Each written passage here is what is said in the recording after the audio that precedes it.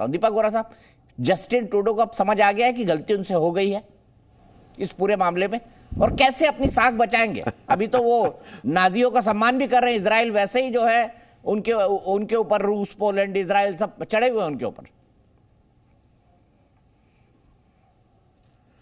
आभारी हूं सर, बहुत अच्छा लगता है। मेरी ज्ञान की यात्रा जो है ना वो आपके साथ ही शुरू होती है और आपके साथ आगे बढ़ती है, और बाकी आपके जो विशेषज्ञ हैं बहुत कुछ सीखने को मिलता है। बहुत बहुत धन्यवाद।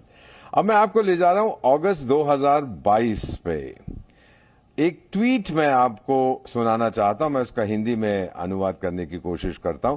ये अयमान अल जवाहिरी 2 दिन पहले अपनी 72 हूरों के पास पहुंच गए थे। एक अमेरिकी ड्रोन मिसाइल ने उनका काम तमाम किया था। तो ये ट्वीट क्या था कि अयमान अल जवाहिरी की मौत जो है वो हमारी दुनिया को सुरक्षित बनाएगी। हम अपने ग्लोबल पार्टनर्स के साथ काम करेंगे ताकि आतंकी खतरे टल जाएं और ना हमारे लोगों को ना दुनिया के लोगों को किसी प्रकार की दिक्कत हो। ये ट्वीट किसने किया था? उसका नाम शायद आप जानते होंगे, जस्टिन ट्रूडो।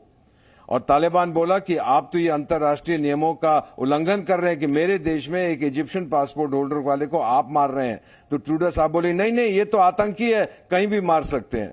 क्या हो गया टाइगर? अब गुस्सा क्यों आ रहा है जब तेरे ही देश में किसी ने, मैं ये नहीं कह रहा हमने, किसी ने तेरे डार्लिंग आतंकी को उड़ा दिया तो तू नाराज क्यों हो रहा है? सर, जब मैं कॉलेज में था यूनाइटेड स्टेट्स में, तो हम एक पढ़ते थे रॉबर्ट मर्टन का कानून, लॉ ऑफ अनइंटेंडेड कॉन्सिक्वेंसेज। आप काम कुछ करते हैं लेकिन परिणाम कुछ दूसरे हो सकते हैं, और उस कानून को आप देख रहे हैं। अगर ये सारी नौटंकी ना होती, ये मेरा विश्वास है, अगर ट्रूडो साहब ये आरोप ना लगाते तो शायद जो सख्त कदम हम उठा रहे हैं ये खालिस्तानियों के बरखिलाफ, शायद कुछ दूसरा उसकी हकीकत कुछ और होती। तो ये अनइंटेंडेड कॉन्सिक्वेंसेज का कानून आ गया है। ये ट्रूडो साहब की गलती है, ये जस्टिन नहीं है, जस्ट आउट है। सर, ये बच्चा है, नन्ना सा दूध पीता हुआ बच्चा है, इसको अकल नहीं है। और अब ये भी सही है कि पाकिस्तान की जो इंटेलिजेंस खुफिया संस्था है वो इसके पीछे है, खालिस्तानियों के पीछे है। देखिए सर, वहां का इसकी पार्टी का जो समर्थन करती है कोई एक और खालिस्तानी पार्टी है, तो उसका नेता क्या कहता है? मैं भारत के प्रधानमंत्री को अकाउंटेबल रखूंगा। अरे तो है कौन कि सीधा भारत के प्रधानमंत्री? दीपक वोरा एम्बेसडर को अकाउंटेबल नहीं रखेगा, सीधे प्रधानमंत्री तक। तू अपने देश में बैठकर, और तू कनेडियन सिटीजन है, भारत को धमकी देता है। और ट्रूडो साहब क्या करते हैं? शाबाश मेरे जाल, शाबाश मेरे लाल। What is all this going on? Trudeau साहब आज सर, उसकी जो 5 आंखों वाली संस्था है ना, 5 आइज इसको कहते हैं, वो दूसरे विश्व युद्ध के बाद जो बनी थी, कोई उसका समर्थन नहीं कर रहा। और मैं आपको बता देता हूं सर, जब उसने प्रेस कॉन्फ्रेंस किया था न्यूयॉर्क में, जहां वो भाषण देने गया था, उस प्रेस कॉन्फ्रेंस में एक जर्नलिस्ट ने उससे सवाल पूछा। उसने कहा, ट्रूडो साहब आप तो बिल्कुल अकेले पड़ गए, आपकी जो मुस्कान है वो भी फीकी पड़ रही, ये क्या हो रहा है? जवाब नहीं दिया, चुपचाप कनाडा भाग गया और छुप गया जाके। भारत का राष्ट्रीय जानवर जानते हैं सर? टाइगर है। कनाडा का राष्ट्रीय जानवर चूहा है। ये ट्रूडो चूहा है। गलती हो गई है, लेकिन घमंड अभी भी है, ये नहीं कहेगा कि मैंने गलती कर दी है। ठीक है, घमंड है। और मैं यहां से सीधे मुकीम अहमद के पास जाता हूं। मुकीम अहमद साहब बताइए, आपके यहाँ दाल नहीं, आपके यहाँ आटा नहीं, आपके यहाँ डीजल पेट्रोल आसमान पर, आप IMF के सामने कटोरा लेके खड़े हुए हैं, सऊदी अरब और UAE ने आपको कुछ डालने से इनकार कर दिया है, इसके बावजूद उंगली भारत में ही करना है आपको। कब सुधरेंगे? अच्छा, आपके यहाँ तो दूध और शहद की नहरें बह रही हैं, लोग सोने के बिस्कुट खाते हैं जी, और आपके यहाँ तो शायद लोग हेवन में रहते हैं। सर, हमारे यहाँ 72 यूरो के बाद भेज दिए जाते हैं, हमारे यहाँ 72 यूरो के बाद भेज दिए जाते हैं ऐसे बदमाश, सीधे 72 यूरो के पास।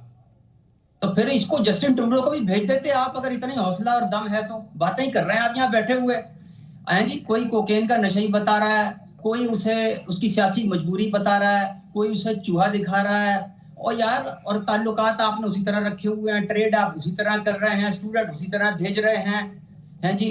4 बिलियन 4.1 बिलियन का आपका ट्रेड है, वो उसी तरह चल रहा है, और पब्लिक को आप बेवकूफ बना रहे हैं। आपके यहाँ आ रहा है अगला इलेक्शन, आपकी सरकार को ये डाइवर्ट करने के लिए या ये माइनॉरिटीज मिली हैं या सिख मिले हैं। सिखों का चूंकि रेफरेंडम इस वक्त अपने फुल फॉर्म में, you try to stop it in Canada, Justin Trudeau माना नहीं।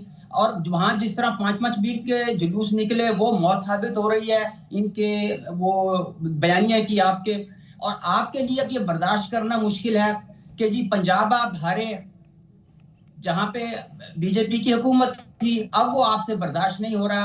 अगला इलेक्शन आपके पास 3 इशू रह गए हैं, या वो राम मंदिर होगा, या माइनॉरिटीज की ऐसी तैसी होगी, और या खालिस्तान के नाम लेवाओं को मारना होगा, और पाकिस्तान और आईएसआई होगा। उसके अलावा चौथी बात ही कोई नहीं आपके पास।